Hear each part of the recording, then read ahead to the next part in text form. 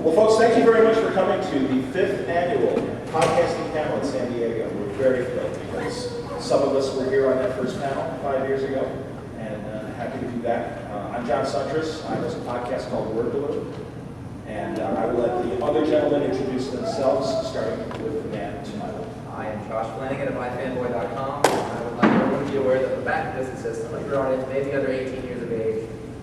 That's probably just for me. No, we got one back there. Yeah, we'll be going fine. back. I'm Brian Christman from Geek Speak. Voice of authority there. I'm Bob Bretall. I'm the co-host with John Mayo of the Comic Book Page podcast. I'm Cameron Hatheway of Cammy's Corner video and now audio podcast. Excellent. And, we all talk all the time to you guys via iTunes and our websites and other various ways of getting podcasts.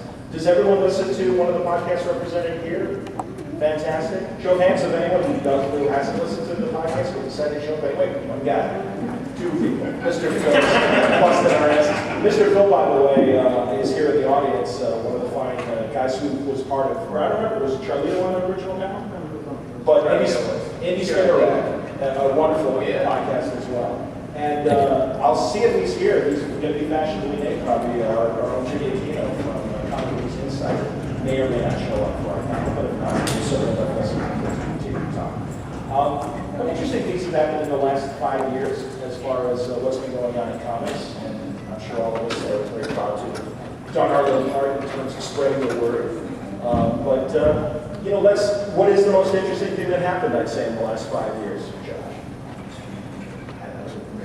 That's that question. What's the most interesting? I mean, the most interesting that's happening right now is Okay. Do you think within the last 5 years that is the most interesting thing that's happened? I think that what you're talking about is massive change. Game Changer wide across the board, how things are delivered, how comics are being consumed. I think that's going to be a thing. Obviously, right now we're in that strike point where everyone's fighting against it or for it or trying to do something one way or another. But I think that the model as it exists with the direct market and people going buy comic books has reached its apex. I think that, books going into bookstores is a very good thing and all, but monthly issues, this is it. There's not that many new fans. They're not being replenished. Everybody is aging. In order to, I know, it's scary. That sounds very bad when actually speaking. Three bananas. We don't buy them. I think that, that's the thing that for the last year or two, I think we've really been focusing on something that's how it's being consumed. With the iPad, that's one little part of the whole thing. Yeah, that's my answer right now. Hey, ladies and gentlemen, it's Mr. Vegas himself. He's 5 minutes late. I'm guessing he paid $5 to just water. First, before we go to the rest of the panel, in the audience, people consuming comics digitally, iPhones, iPads, show of hands, smattering, almost all. That's a large portion. There you go, an iPad right there in the front row. Fantastic. Answer, what do you think of the digital world? I'm still stuck in the past. I'm all about having issues in my hand, although I do understand the need, the need for digital comics out there. It's just, I'm very slow to adapt to that. I don't have an iPad. That doesn't get me right. You don't have to, but it's I know it's really you're saying convenient. it correctly. There are a lot of people who respond to it in such a way that they hear digital comics and they get defensive. Like, I don't want to lose my. We're not talking about that. We're talking about you want to grow everything. You want it to exist. It's another platform. Instant gratification that we've all gotten so used to with everything else. I think that's exactly it, Josh. I mean, I'm like pants. I don't personally have any desire to read the digital comics, but I see that as a great way of reaching a new audience that you're not going to get into a comic shop necessarily to pick up an issue, but they might very well off of iTunes or what all the other different delivery mechanisms for the digital comics. They'll check out an issue for 99 cents or $1.99 or whatever they are if they think that they're getting a good story and there's a good. Now that we do have the color iPads and other devices that make it a similar experience, and then even an enhanced experience as they move into more motion comics and some of these other kinds of ways of delivering the entertainment content. I gotta be honest, I'm not a big fan of the motion comics. I mean, they're fine for what they are. Don't call them comics. I mean, there's splash animation. Anybody like- It's limited animation. Does anybody here like I don't dislike them. I just don't like them. No one raise their hand because I don't know who they're for. It's a toy. Well, it's a toy. It takes I too long don't to think create. they've done them right yet. You know, What's missing? well, I think it's more than just doing 60s Marvel animation. You're right. These things, right? Yeah. It's if you do something original that's meant to be like that. But then, I guess if you look at it that way, it's you turn into a cartoon or something, right? But you remember those old Marvel cartoons? Grew up with You them. don't see them on videotape or DVD or whatever, but I mean, it's just moving stuff around and just taking, you know, one of Bendis's Spider-Woman comics that is a print comic and making things move around a little bit. You don't get the full experience. What do you think, Jimmy? You're not paying attention? Cammy, what do you think? I'll go back to Jimmy. No problem. No, I think it's obviously the future. But again, Present. No, yeah, exactly right. Absolutely the present and future. It's not going anywhere. It's going to develop even further. Again, like you mentioned earlier, a lot of the sections are holding in my hand, reading. But if they come up with really good formats to sort of read them online, which are getting better and better, then yeah, I'm all for it. And also, another thing to consider is like the price as well, because a lot of people still are saying, well, it's all digital, it's just, we can get mass quantities of it, and it's never going to run out. Why is it still $1.99? Why is it $1? Well, that's what I was gonna ask. What do we all right, $1.99. Fair price, Cammy says no. Jimmy, fair price, $1.99? Yes.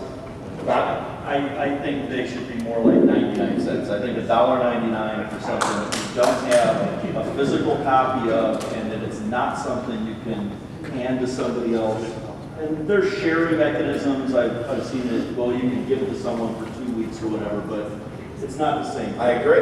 Yeah, I can ask. Yeah, 99 cents. One of the things that people don't realize is that people act like digital comics, these files already exist. They just have to sort of, there's labor behind it. If you use iVerse or Comixology or graphic printing, you'll notice that they're all cut up and they're, like to go from panel by panel view. I can't see them personally. I don't want to do that. But there's labor involved in that. There's time. There's a graphics guy that can go in and do all of those things. And they have to optimize all those files for digital as opposed to print, different things. People don't realize that. They think that it's just throw them up, they're already done. And so much of the cost of comics, in terms of the corporate comics, it comes from paying talent, paying the support staff, the editors, all that stuff. The printing is an issue. The printing has something to do with why the cost has gone up, but I don't think it's all of it. I think It's not all of it. It's gotten more expensive. I'm guessing a lot of the writers and artists that are doing names are coming out of premium now, and that's one of the things driving costs too, because they can make a ton of money. DC and Marvel have to do this like the pony show where they're like, oh, we're going to have him exclusive. We have to pay him. They do it with money. That's how Sure. it happens. Okay, well, what about for new comics then? Like, have new comics at maybe a set price of like still $2.99, $3.99, what have you, but for the older issues that you cannot get anymore, or it's really hard to get, would you be all for maybe a cheaper price for those, like maybe 99 cents, 50 cents? Would I like that? Yes. Do I understand why they're not? I mean, the thing is, is it new to you? Like to them, it's a thing they own. It's a product, and I don't want to be like I'm not for this. I'm sort of playing devil's advocate. I understand where they are. They'll probably get cheaper as you go forward. But right now, they have the massive cost of making those all into something that works. Someone's got to go through and scan and probably recolor like a lot of stuff from the '60s. There's a cost to that. It's later. Let's take a question from you guys. Go ahead, Steve.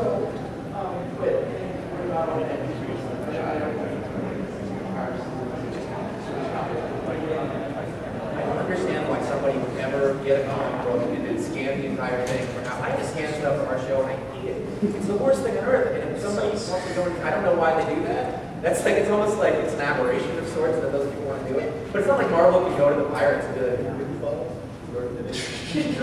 Yeah, well, and some of these pirate copies, like The Walking Dead, I saw the CBC for that, and that was very painstakingly done and very effectively progression of panel by panel to really, I think, enhance. Yeah, exactly. Give me a break. Give me a break. No, and Cammy, I would agree with you too when it comes to Silver Age stuff. If you're paying $1.99 for what was a 12-cent comic that has been reprinted up 10 times, I don't think so, and I use worse language, but I see it. If you bought a color trade of like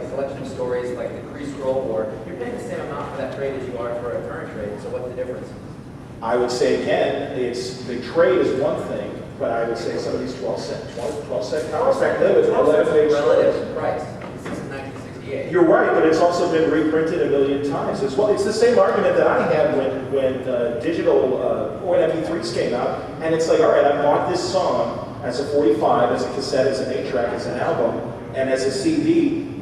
I didn't really feel bad downloading from Napster that song that I've already committed to through the company for 20 plus years. I think it's a matter of like the companies were trying to appeal to us, they produce those things that they're not. Well, and also, I don't think that 64 issue of Spider-Man is worth $1.99 compared to today's. I haven't read any of it. Right, but, It's really boring. but Josh, I mean, and I can appreciate that. I just think that having a higher price, if you want to take digital comics and use them as a way to get to a new audience, it's a barrier to entry in that how long does it take to read a standard 22-page comic versus how much somebody pays for a video game, how much they pay to rent a movie, you know, on the Netflix, and how much entertainment value you get. You know, you're getting 15 minutes for $2. I just think that the 15 minutes If you're timing it after the last 15 minutes, yeah. has a certain value, and I don't care how much they have to pay some intern to scan that thing in and do some stuff to it.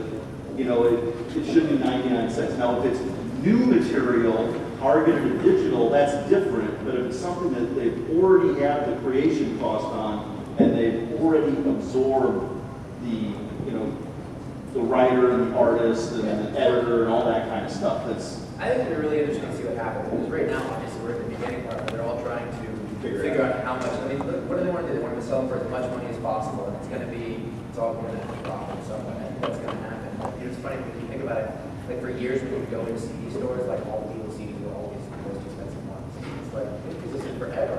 And so they're trying to get that maximum value out of them, I guess. I would imagine that after they have to drop.